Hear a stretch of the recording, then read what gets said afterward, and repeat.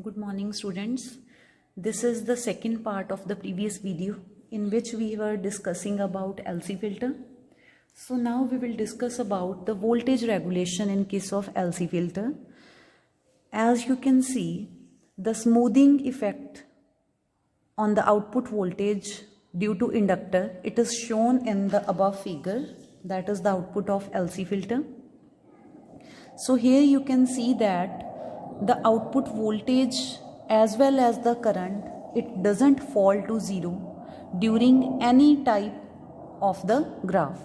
Why? Because this inductor, it releases its stored energy during the time the output of the rectifier drops to zero. When output of the rectifier drops to zero, at that time current through RL must also be equal to 0 or voltage across RL must also be equal to 0. But in this case, both are non-zero. Why? Because at that time, the inductor which is connected in the circuit, it releases its stored energy and it stops the output of the filter dropping to 0.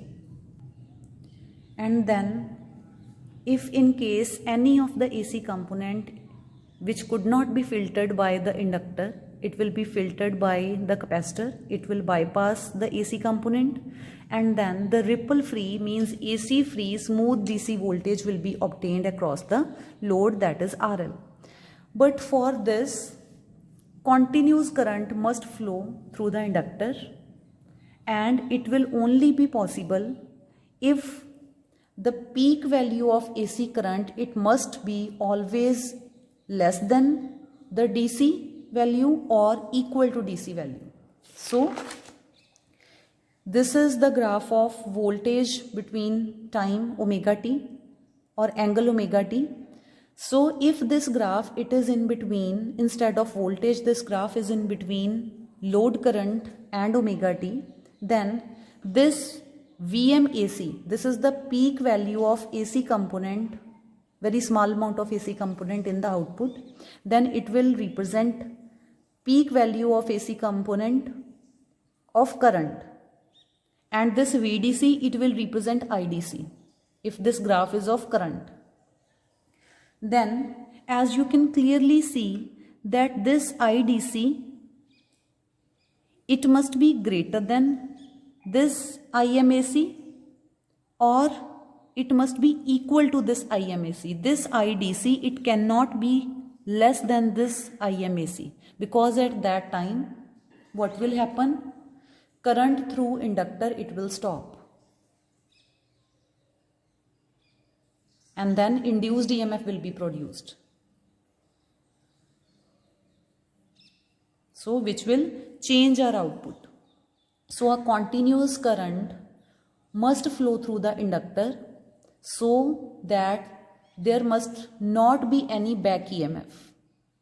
So for this, the peak value of AC current, it must be less than or equal to than the IDC, that is the value of DC current.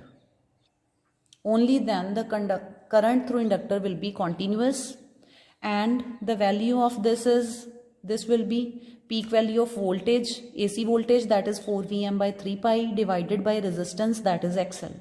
And what is IDC? It is VDC by RL, VDC is 2 Vm by pi. So after solving, we will get this 1 by 3 omega L, it is less than equal to 1 by RL, and when you will take the reciprocal, this sign, it will change. The sign of less than, it has changed to sign of greater than. So from here, it is being concluded that continuous current through inductor, it will only flow when the value of this inductor, it is greater than equal to RL by 3 omega. So this is the condition of continuous flow of current through inductor. And one other thing,